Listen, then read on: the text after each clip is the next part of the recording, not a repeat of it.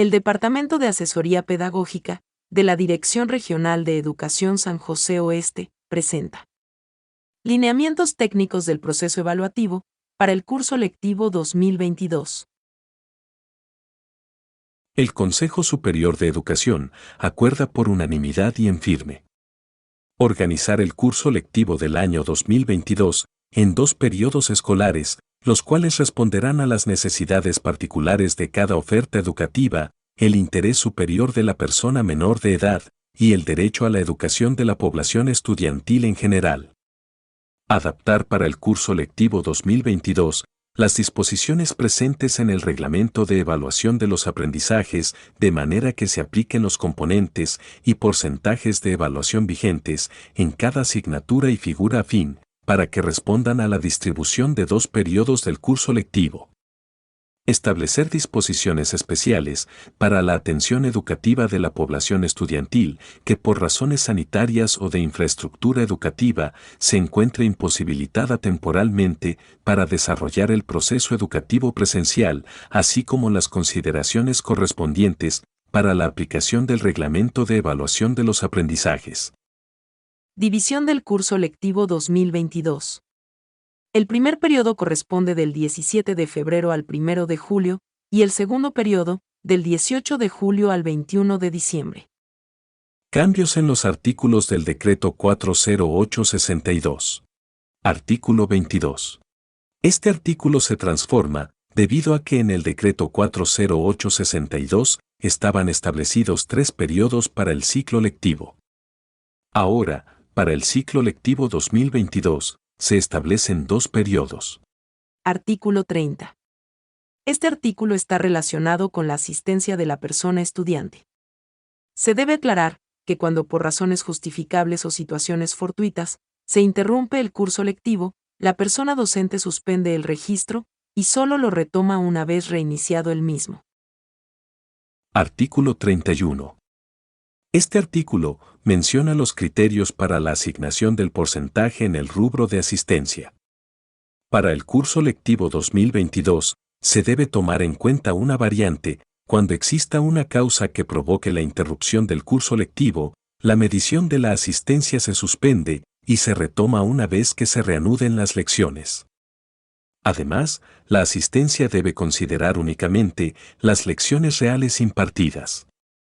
En este artículo, se debe considerar que cuando una persona estudiante, por razones justificables, no pueda asistir al centro educativo, durante todo el periodo, se tomarán las ausencias como justificadas y se le asignará el total del porcentaje correspondiente a este rubro.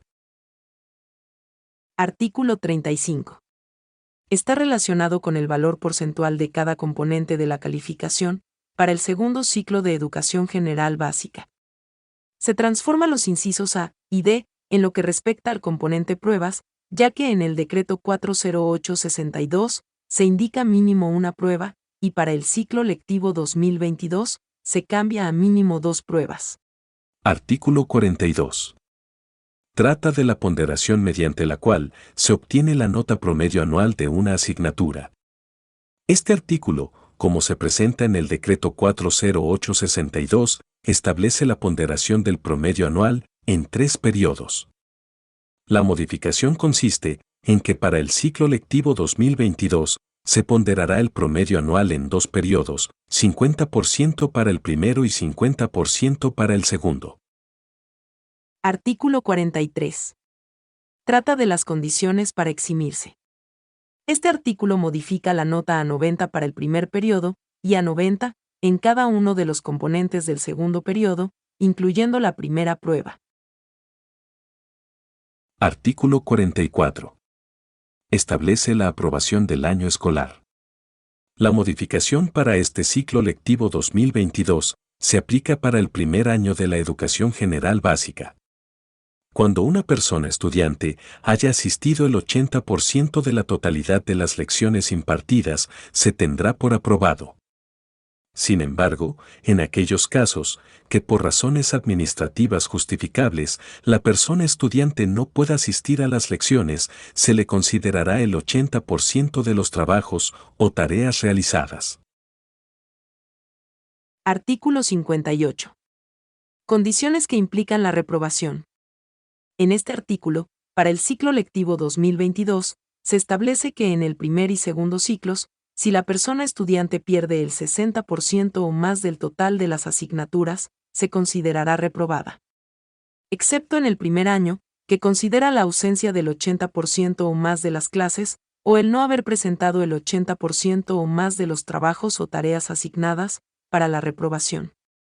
En el tercer ciclo y educación diversificada, si la persona estudiante no aprueba las actividades de recuperación, las pruebas de ampliación y la estrategia de promoción de las asignaturas aplazadas, se considerará reprobada.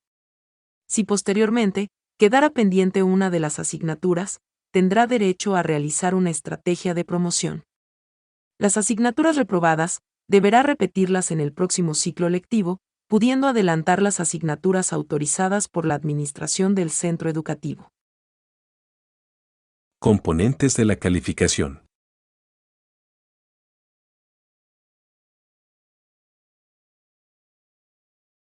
La asistencia. Se define como la presencia de la persona estudiante en las lecciones y en todas aquellas otras actividades escolares a las que fuere convocado. Las ausencias y las llegadas tardías podrán ser justificadas o injustificadas. La justificación de las ausencias o llegadas tardías deberá ser planteada por escrito ante la persona docente concernida o quien la dirección del centro educativo designe al efecto. Esta justificación deberá presentarse dentro de los 3 días hábiles siguientes a la reincorporación de la persona estudiante, luego de la ausencia o impuntualidad. El trabajo cotidiano. Consiste en las actividades educativas ejecutadas por la persona estudiante durante el proceso de construcción del conocimiento, con la guía y orientación de la persona docente, según el planeamiento didáctico y el programa de estudios. Para su planificación, debe considerar el contexto, la realidad del centro educativo, el enfoque curricular, la naturaleza y el propósito de la asignatura o figura afín. La prueba. Es un instrumento de medición cuyo propósito es que el estudiantado demuestre la adquisición de habilidades cognitivas, psicomotoras o lingüísticas. De acuerdo con la naturaleza de la asignatura o figura afín, puede ser escrita, de ejecución u oral. Para su construcción, se seleccionan los aprendizajes esperados e indicadores, de acuerdo con la mediación pedagógica y el planeamiento didáctico desarrollado. La evaluación diagnóstica. Aspectos por tomar en cuenta. Importante que la evaluación diagnóstica trascienda de una prueba como requisito administrativo y se consolide como una práctica evaluativa que brinda los insumos necesarios para favorecer la planificación didáctica y la aprehensión de los nuevos aprendizajes por parte de la persona estudiante. Por lo que no procede la aplicación de pruebas colegiadas o instrumentos estandarizados por un circuito o centro educativo, como parte de la evaluación diagnóstica. Este proceso debe responder a los ambientes educativos en los cuales se desarrolla el estudiantado, así como a contribuir en el desarrollo de sus conocimientos, aprendizajes y habilidades, con el propósito de tomar decisiones prontas y oportunas, orientadas al acompañamiento, reforzamiento y continuidad del proceso de construcción del conocimiento de cada persona estudiante. El proyecto. El proyecto es un proceso dinámico que parte de la identificación de contextos de interés por parte del estudiantado relacionados con los diversos elementos propuestos en cada programa de estudio. Comprende una serie de etapas organizadas que busca la incidencia del estudiantado en contextos determinados del entorno sociocultural. La persona docente orienta su desarrollo. Para su evaluación, se debe considerar tanto el proceso como el resultado y utilizar instrumentos técnicamente elaborados. Las tareas. Son las actividades que planifica la persona docente con el propósito de repasar y reforzar el desempeño demostrado por la persona estudiante, propuestas para el logro de los aprendizajes. Estas se planifican a partir de la información recopilada en cada asignatura o figura afín, durante el desarrollo del proceso de construcción del conocimiento. Deben responder a los aprendizajes esperados que la persona estudiante necesite reforzar para mejorar su nivel de desempeño en el trabajo cotidiano. Es necesario desarrollar una pedagogía de la pregunta. Siempre estamos escuchando una pedagogía de la respuesta. Los profesores contestan a preguntas que los alumnos no han hecho. Pablo Freire.